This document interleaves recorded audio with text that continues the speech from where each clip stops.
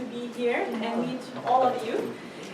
Today I'm presenting plagiarism and the workshop that has been conducted in Iraq. This is Al-Ismail University College, the place that I'm working at, and Iraq University.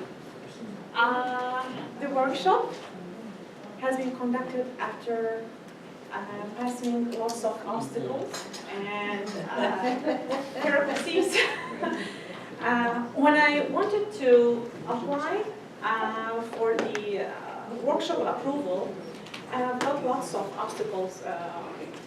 Some people, especially the panel of the scientific affairs, objected on my project, by the way. You accepted it and they rejected it because they said it's very familiar and there is nothing new under the sun, unfortunately. And surprisingly, please, don't think that I'm bad, but surprisingly, one of the panel committee who got his professorship by stealing researches and papers. Now? Yeah. So at that moment, when he said no, I don't want this workshop to be conducted, at that moment, yes, I wanted to tell him, you are plagiarizing, Prof. But fortunately, the dean was supporting me and he approved the workshop. So luckily, we have got the approval and we conducted the workshop. The target group were 30 participants from different backgrounds, from science, pharmacy, dentistry, engineering, biomedical analysis, computer sciences, and their backgrounds were 3 PhD holders, 15 master's holders, and the rest were bachelor degree. Their ages ranges from 26 to 41 years old. The goal is to making learners to understand the concepts of plagiarism and encourage learners for the integrity and innovation of scientific research. By the way, I've translated all the slides to Arabic as well, just to overcome the participants who were with poor English language. The learning objectives for this workshop is to make learners to be able to recognize plagiarism, categorize types of plagiarism, correctly paraphrase with proper citation and explanation of the negative consequences of plagiarism, and list the common rules against the act of plagiarism. And we have explained briefly the plagiarism for our students, for our participants, and explain to them the importance of knowing about everything about plagiarism. And we have started first to conduct the assessment at the beginning. Before talking about the types of plagiarism and everything, we have conducted the assessment number 1. The purpose behind that, I just wanted to know and evaluate their knowledge about plagiarism. So we have conducted the assessment at the first, and then we have started we have divided the participants to 6 groups.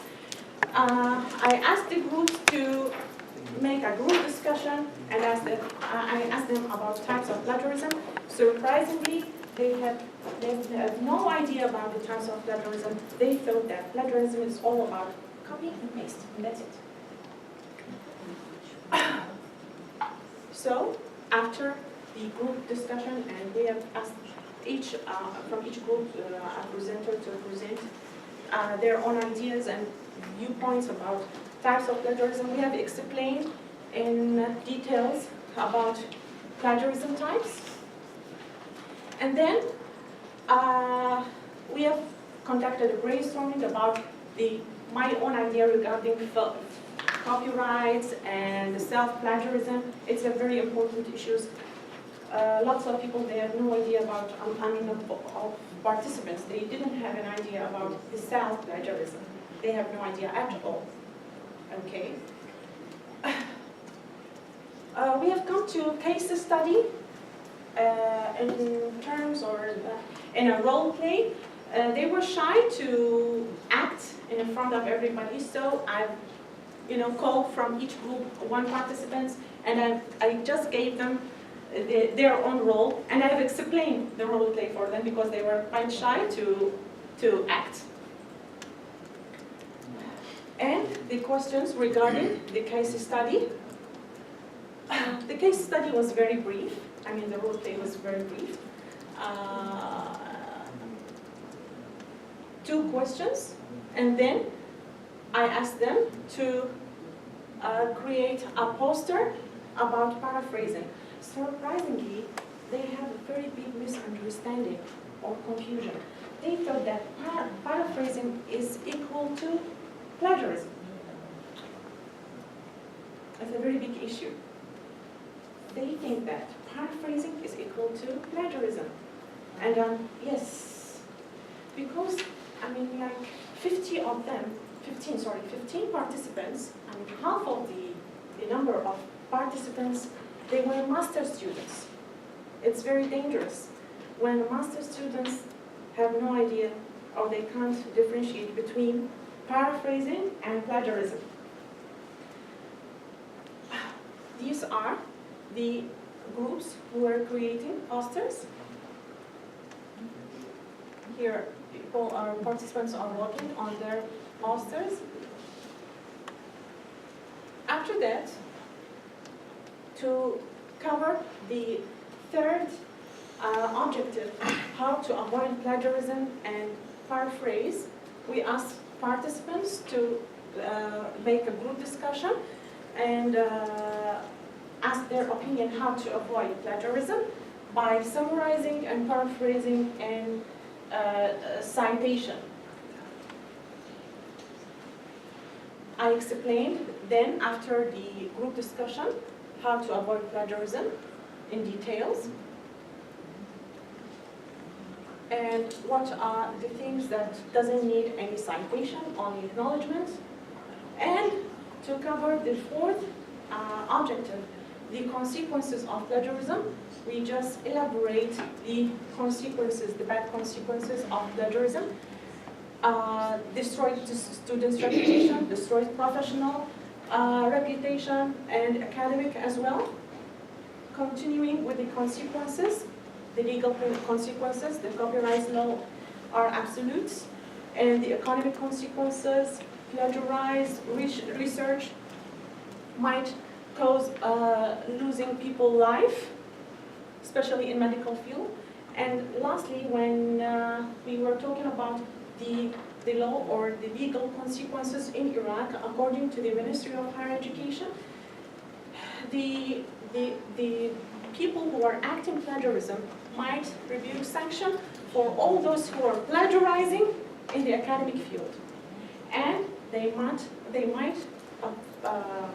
lose the right of being promoted for at least 2 years, and losing the right of supervising students, postgraduate students, I mean. And the affected party has a right to claim and sue them in the civil courts.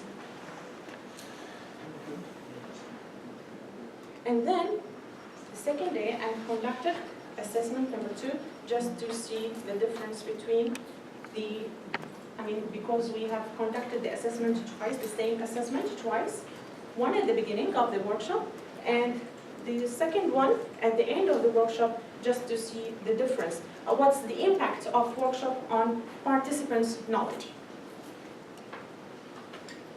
Then we have conducted a survey about the workshop. The most successful aspects of this workshop. The workshop objective contributed in correcting the misconception of all things that we were talking about, that I just mentioned it now, by the using of active teaching learning module. The most challenging aspect, of course, in addition to the bureaucracy and finding all the obstacles on my way to conduct the workshop, due to the unstable condition in Iraq, and we had to set a timetable twice just to get proper time, and especially when the workshop was done, 2 days before the final exams. It was very hectic timetable. As I said before, some of participants didn't have an idea about types of plagiarism. They just thought that plagiarism is all about copy and paste. For example, they have no idea that if I want to take an illustration or a photo from a resource, if I want to take it, I shouldn't cite it. So this is one of the big things, I think. So according to the survey, 84% of the audience found that this workshop was beneficial. 98%, about 98% of them were satisfied with the facilitator performance. 99.4% of them found that the workshop has achieved its goals and objectives. About 79% of them were satisfied with the workshop organization. 94.7% of them are willing to attend the other workshop series regarding responsible sciences. And finally, and surprisingly, 100% of the audience found that the active teaching learning module is very successful to cover the objectives of this workshop. And they were so